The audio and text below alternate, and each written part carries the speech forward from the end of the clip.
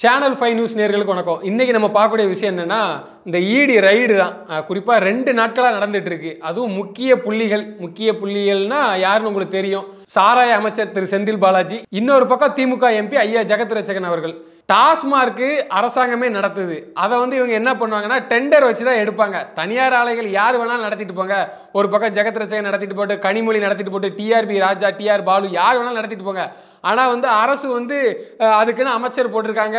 தமிழ்நாட்டில் டாஸ்மாக் நடைமுறையில் உண்டுங்கிற ஒரு பட்சத்தில் அவங்க என்ன பண்ணுவாங்கன்னா டெண்டர் விட்டு எடுப்பாங்க. டெண்டருங்கிற ப்ராசஸே அரசுக்கு லாபம் கிடைக்கணும், அதே நேரத்தில் நியாயமான விலையில் வந்து அவங்க வந்து பேசி அந்த டெண்டரை எடுக்கிறது அந்த ப்ராசஸ். இதில் என்ன பண்ணியிருக்கிறாங்கன்னா இவங்க, அதாவது ஜெகத் ரட்சகன் ஐயா செந்தில் பாலாஜி சாராயத்துறை அமைச்சர் அவர்கள் என்ன பண்ணி வச்சுருக்காங்கன்னா, அதாவது ஈடி தரப்புலேருந்து சொல்லப்படக்கூடிய வாதம் இதுதான். இந்த டெண்டர் விஷயத்தில் வந்து இவங்க வந்து டெண்டர், அதாவது அரசுக்கு ஒரு டெண்டரே மதிக்காமல் நேரடியாக ஜெகத் ரட்சகன் ஃபேக்ட்ரியா அங்கேருந்து மதுபானம் அப்படியே வந்து எங்கே போனால் டாஸ்மாக்கு போயிருக்கு. அரசு எந்திரத்தையும் நீங்கள் ஏன் அப்படி பயன்படுத்துறீங்க? அது என்ன இதெல்லாம் மீறி ஒரு செயல்பாடா? இது எப்படி இது சாத்தியம்? இது வந்து அரசுக்கு பல லட்சம் பல கோடி ரூபா முறைகேடு. ராயல் அக்கார்டு அது யாருக்குள்ளன்னு எல்லாத்துக்குமே தெரியும். ஐயா ஜெகத் ரட்சகனுடைய ஓன் ஃபேக்ட்ரி. இன்னொன்று கேர்ள்ஸ் குரூப்பு, அதுவும் ஒரு தனியார் சாராய ஆலை தான். SNJ 10,000 அது ஒரு பீர் ஃபேக்ட்ரி மாதிரி தெரியுது, அது ஒரு தனியார். இந்த மாதிரி தனியார் ஆலைகளை ஃபுல்லாக ரைடு. உதாரணத்துக்கு இப்போ ரேஷன் கடையில் அரிசி கொடுக்குறாங்கன்னு வைங்களேன். தமிழ்நாட்டில் இருக்கக்கூடிய அனைத்து அரிசி ஆலைகள், இப்போ திருநெல்வேலியா, தூத்துக்குடியா, மதுரையா, திருச்சியா, அங்கங்கே அரிசி ஆலைகள் இருக்கும்.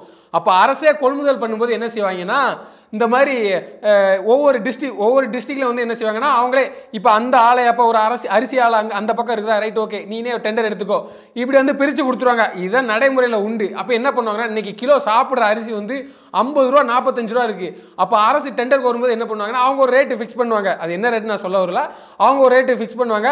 ஃபிக்ஸ் பண்ணி அங்கங்கே ஏரியாவில் இருக்கிற இந்த அரிசி ஆலைகள் வந்து என்ன பண்ணுவாங்கன்னா, சரி அப்போ டெண்டரில் நாங்கள் கலந்துக்கிறோம்னு சொல்லிட்டு அது ஒரு அவங்க ஒரு தொகை போட்டு இந்த மாதிரி அரசுக்கு வந்து இது பண்ணுவாங்க. அந்த இலாக்கா அமைச்சர், உணவுத்துறை அமைச்சரை யாரோ இல்லை கூட்டுறவுத்துறை அதெல்லாம் பேசி அவங்க வந்து ரெடி பண்ணுவாங்க. ரெடி பண்ணி ஒரு அமௌண்ட் ஃபைனலாக ஒரு அமௌண்ட்டு ஃபிக்ஸ் பண்ணுவாங்க. 45 ரூபா அரசு முழுமையான அந்த காசை கொடுத்துச்சுன்னா அரிசி ரேஷன் கடையில் எப்படி வருங்கிறது ஒரு பக்கம் இருக்கட்டு, ஏன் அரிசிலாம் ரேஷன் கடையில் எப்படி வருதுங்கிற ஒரு மிகப்பெரிய ஒரு கேள்வி இருக்குது. அதுவும் மக்கள் மத்தியிலே நான் விட்டுருதேன். அப்படி டெண்டர் எடுத்து அந்தந்த ஏரியாவில் அந்தந்த அரிசி அப்போ நாங்கள் சப்ளை பண்ணிக்கிறோம், இந்த குடோனா இந்த ஏரியாவோ அதுக்கு நாங்கள் சப்ளை பண்ணிக்கிறோம், இதுதான் அந்த டெண்டர் வந்து.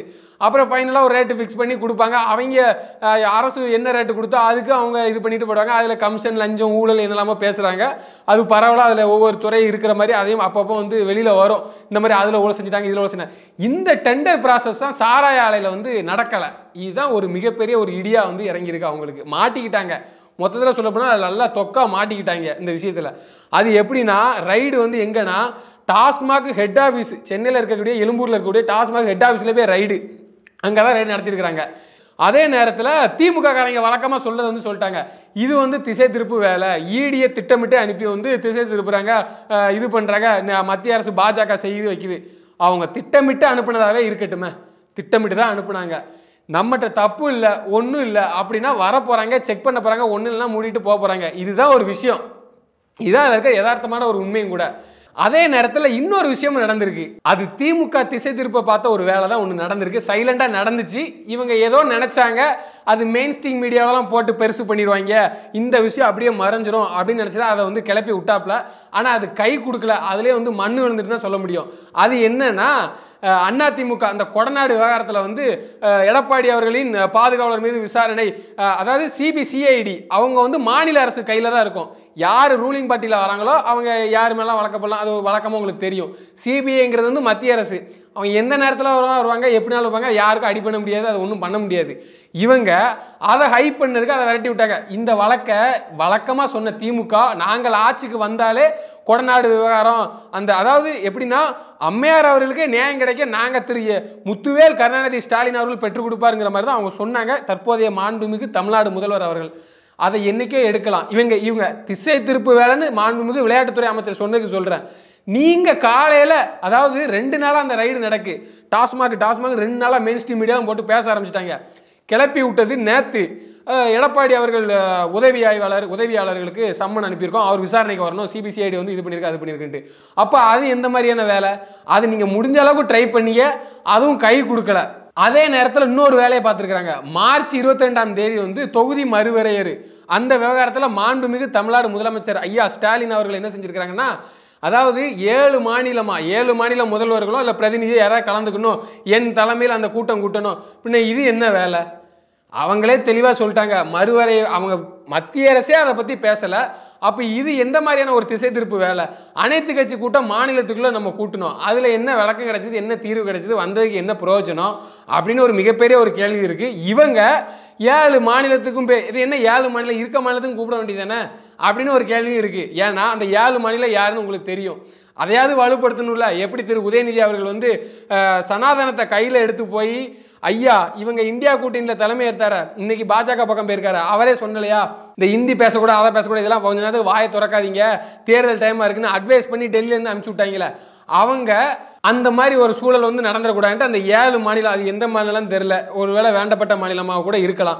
அப்போ இது எந்த மாதிரியான ஒரு திசை திருப்பு வேலை, திசை திருப்பின ஒரு மாற்றம், இதை நம்ம எப்படி எடுத்துக்கிறது? இதில் முக்கியமான ஒரு விஷயம் என்னென்னா, திமுக மேலே தான் இவ்வளோ பெரிய ஒரு பழி சொல்கிறாங்க, குற்றம் சொல்கிறாங்க. இடி வந்து திட்டமிட்டே வந்து ஏதோ ஒன்று பண்ணணுன்ட்டு பண்ணுறாங்க. Right, okay.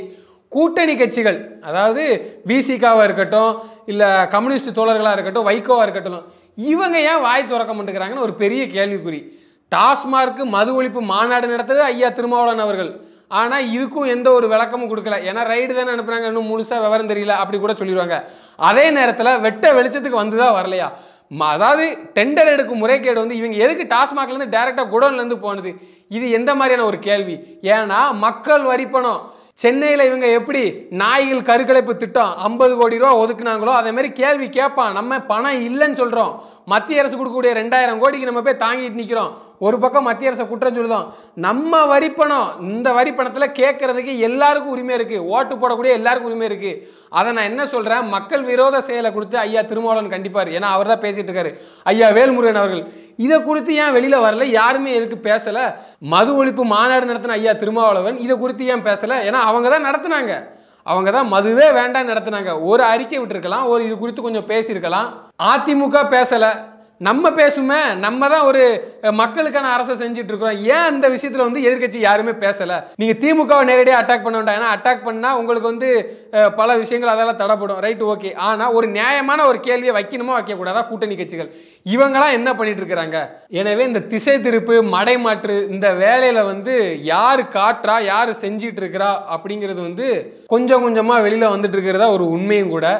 இவ்வளோ விஷயம் நடந்தாலும் செந்தில் பாலாஜி மேலே போடப்பட்ட வழக்கு என்ன, அவர் அந்த வழக்கு இப்போ வரைக்கும் சந்திச்சுட்டு இருக்கிறது என்ன, திரும்பவும் திரும்ப திரும்ப திரும்ப திரும்ப அவரே கோர்ட்டே என்ன சொல்லியிருக்குன்னா, நீங்கள் உண்மையில அமைச்சர் பதவியில் நீடிக்கணுமாங்க, இப்போ ரொம்ப அவசியமா, ஏன் இப்போ ரொம்ப அவசரமா அப்படின்னு கோர்ட்டு சொல்லியிருக்கு. கோர்ட்டு கேட்டிருக்கு. கோர்ட்டு முதல்ல கேட்கலாமா? அதாவது நம்ம கேட்கலாம், மக்களோ இல்லை ஆட்சியாளர்கள் இருக்கக்கூடிய அடுத்த ஸ்தானத்தில் இருக்கக்கூடிய கேட்கலாம், என்னங்க இப்படி ஒரு வழக்கு இருக்காங்க, உங்கள் மேலே இப்படி ஒரு குற்றச்சாட்டு இருக்குன்ட்டு. கோர்ட்டை என்ன செஞ்சுன்னா கேள்வியை தான் கேட்டிருக்கிறாங்க. அது என்ன நிலைப்பாடில் கேட்டாங்கன்னு தெரியல. ஆனால் இவங்களே நம்ம வந்து புனிதராக்குறோம், இவங்களே நல்லவர்களா என்று சொல்கிறோம், இவங்களுக்கே பில்டப் போட்டு இவங்களே வாழ்த்துக்கள். ஐயா ஜெகத் ரட்சகன் விவகாரத்தை கொஞ்சம் டீப்பாக பார்க்கணும். அவர் நடத்துகிற சவிதா கல்லூரி இந்த மதுரவாயில் ஒன்று இருக்குது. எப்படின்னா அப்படி வி சேஃபில் இருக்கும். அதாவது முன்முகப்பில் ஃபுல்லாக அவர் என்ன பண்ணிட்டு இருக்காருன்னா, இப்போ ஆல்ட்ரு பண்ணுறாராம். அந்த பில்டிங்கில் ஃபுல்லாக கோயில், அதாவது சிற்பம் ஃபுல்லு சாமி, இதை ஃபுல்லாக வைக்கிறாங்க. வச்சுட்டு இந்த பக்கம் வந்து ஹாஸ்பிட்டல் சவிதா மருத்துவ கல்லூரி, இந்த பக்கம் ஃபுல்லாக அவருக்கு பெரிய பக்தர்னு நினைக்கிறேன், பெருமாள் பக்தர் அப்பவுமே அவர். ஏன்னா மிக சிறந்த ஒரு பேச்சாளரும் கூட, நல்ல நயமாக பேசுவார். முன்னாள் முதல்வர் கருணாநிதி அவர்கள் மேடையில் வச்சு ஜெகத் ரட்சகன் அவ்வளோ நயமாக பேசுவார். அது என்னன்னு தெரில. நன்றி, வணக்கம்.